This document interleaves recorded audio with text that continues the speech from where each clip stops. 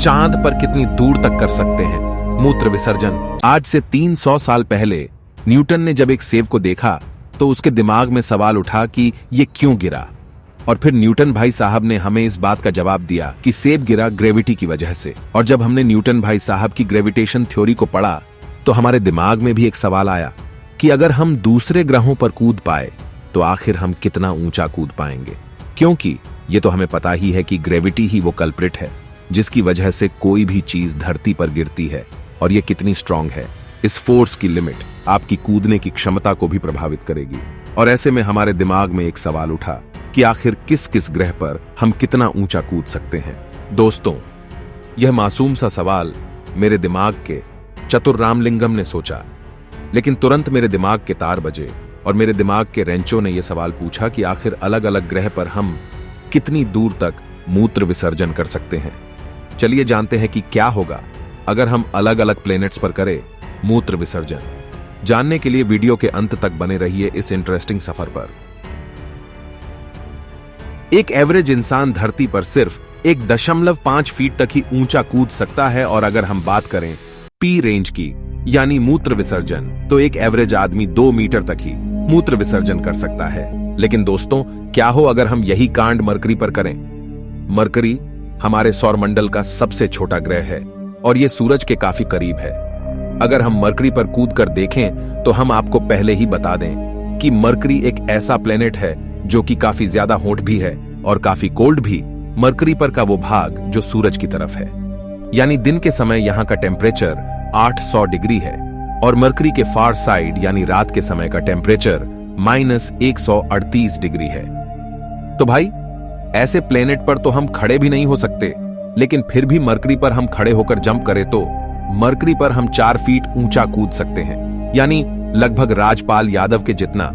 लेकिन दोस्तों, अगर हम यहां पर रेंचो वाली हरकत करें तो मरकरी पर हम 5 मीटर दूर तक ही मूत्र विसर्जन कर सकते हैं। लेकिन दोस्तों, आगे बढ़ने से पहले अगर हम बात करें सूरज की ग्रेविटी की, तो सूरज की ग्रेविटी धरती से 28 गुना ज्यादा है।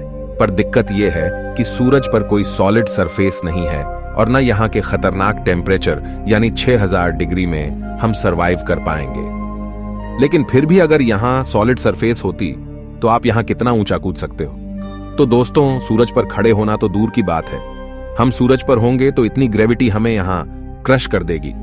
अगर आपका वजन 50 किलो है तो सूरज पर आपको अपने ऊपर उतना फोर्स फील होगा जितना धरती पर एक ऐसे आदमी को हो सकता है जो इतना मोटा है कि उसका वजन लगभग 1400 किलोग्राम हो, मतलब लगभग 1 टन, यानी लगभग मारुति सुजुकी कार के जितना वजन आपको फील होगा।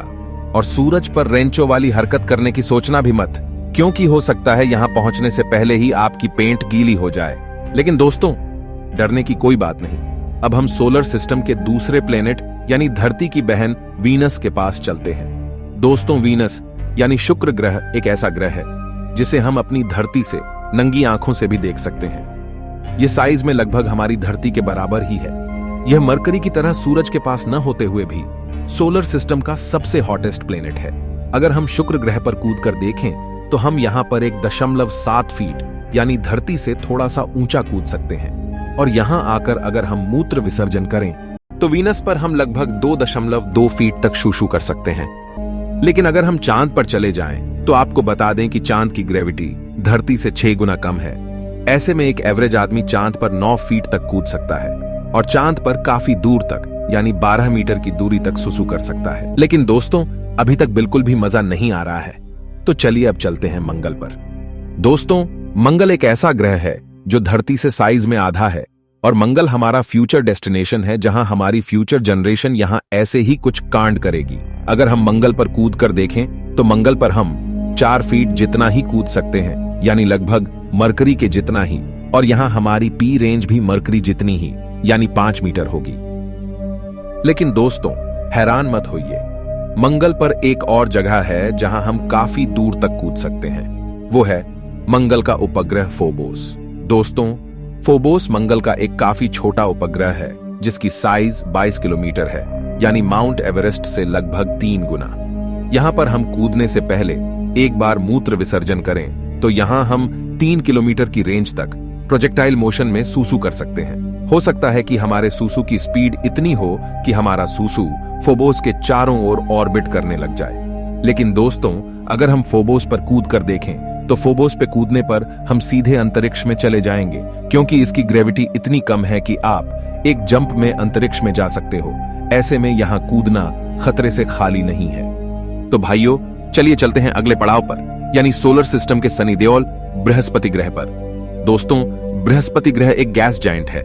इसके अंदर कोई सॉलिड सरफेस नहीं है, लेकिन फिर भी अगर यहां हम खड़े हो पाए तो हम यहां सिर्फ 6 इंच ही कूद सकते हैं। और अगर हम बृहस्पति के गैसियस एनवायरनमेंट में सूसू करें तो यहां पर सिर्फ 2.5 फीट तक ही रेंज जाएगी। लेकिन दोस्तों, बृहस्पति ग्रह पर हमें बिल्कुल भी मजा नहीं आ रहा, तो चलिए हम इसके उपग्रह गैनीमीड पर चलते हैं। यह सोलर सिस्टम का सबसे बड़ा उपग्रह है, यानी यह बुध ग्रह से भी बड़ा है और मंगल से थोड़ा सा ही छोटा है। अगर यहां पर हम कूदें तो हम यहां 10 फीट ऊंचा यानी 3 मीटर तक कूद सकते हैं, और यहां पर हमारी पी प्रोजेक्टाइल रेंज 13 मीटर तक जाएगी। लेकिन दोस्तों, मरकरी से बड़ा होने का बावजूद इसकी ग्रेविटी कम है, क्योंकि असलियत में गैनीमीड का मास मरकरी से कम है।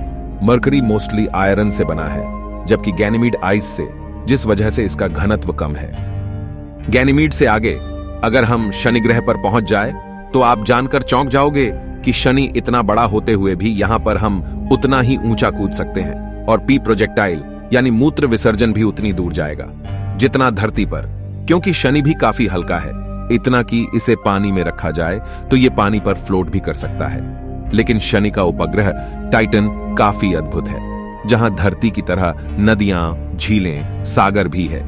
यहां पर हम 11 फीट तक कूद सकते हैं और 15 मीटर तक की रेंज अचीव कर सकते हैं। दोस्तों, आपको बता दें कि आज से 5 अरब साल बाद हमारा सूरज फैलकर बड़ा हो जाएगा और धरती को अपने आगोश में ले लेगा। लेकिन अगर हम इंसान जिंदा रहे तो हमें उस समय टाइटन पर अपना बसेरा बसाना पड़ सकता है। इसके बाद अगर हम चले यूरेनस और नेपच्यून पर, तो इन दोनों प्लैनेट्स पर भी हम लगभग धरती के जितना ही ऊंचा कूद सकते हैं। और नेपच्यून हमारे सौर मंडल का सबसे अंतिम ग्रह है।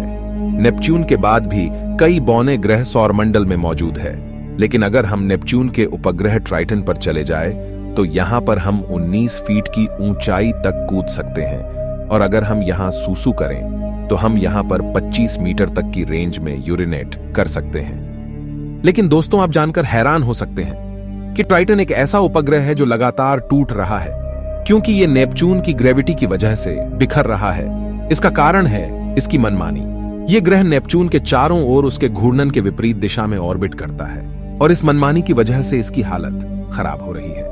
लेकिन दोस्तों, सौरमंडल के अंत तक आकर हम प्लूटो से मिले बिना कैसे जा सकते हैं? दोस्तों, प्लूटो सौर मंडल का सबसे अनलकी उपग्रह है, क्योंकि वैज्ञानिकों ने इसके साथ काफी गलत किया है। वे इसे कभी तो ग्रह बता देते हैं तो कभी बौना ग्रह। इस वजह से ये छोटा सा साथी यहां हमसे नाराज घूमता रहता है। दोस्तों, प्लूटो पर अगर आप कूद कर देखें तो आप यहां 25 फीट यानी 7.5 मीटर जितनी दूरी तक कूद सकते हैं। अगर आप यहां आकर मूत्र विसर्जन करें तो यहां 33 मीटर की दूरी तक की रेंज फायर कर सकते हो। लेकिन दोस्तों, क्या होगा अगर हम अंतरिक्ष में वैक्यूम में जाकर यूरिनेट करें? अगर हम ऐसा कर पाए तो अंतरिक्ष में ग्रेविटी न होने की वजह से यहां पर एक काफी अजीब चीज होगी।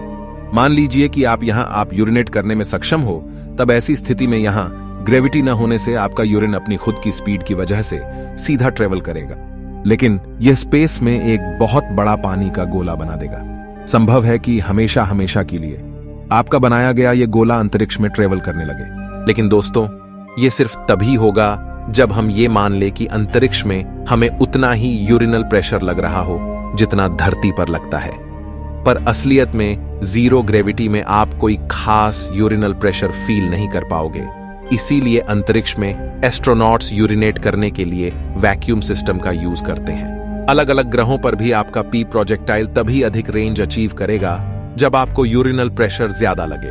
तो फ्रेंड्स, ये है अंतरिक्ष की दुनिया, जहां ऐसी कई अजीब चीजें हो सकती हैं। आज के लिए इतना ज्ञान देना काफी है। मिलते हैं आपसे अगले वीडियो में, तब तक के लिए ब्रह्मांड में घूमते रहिए।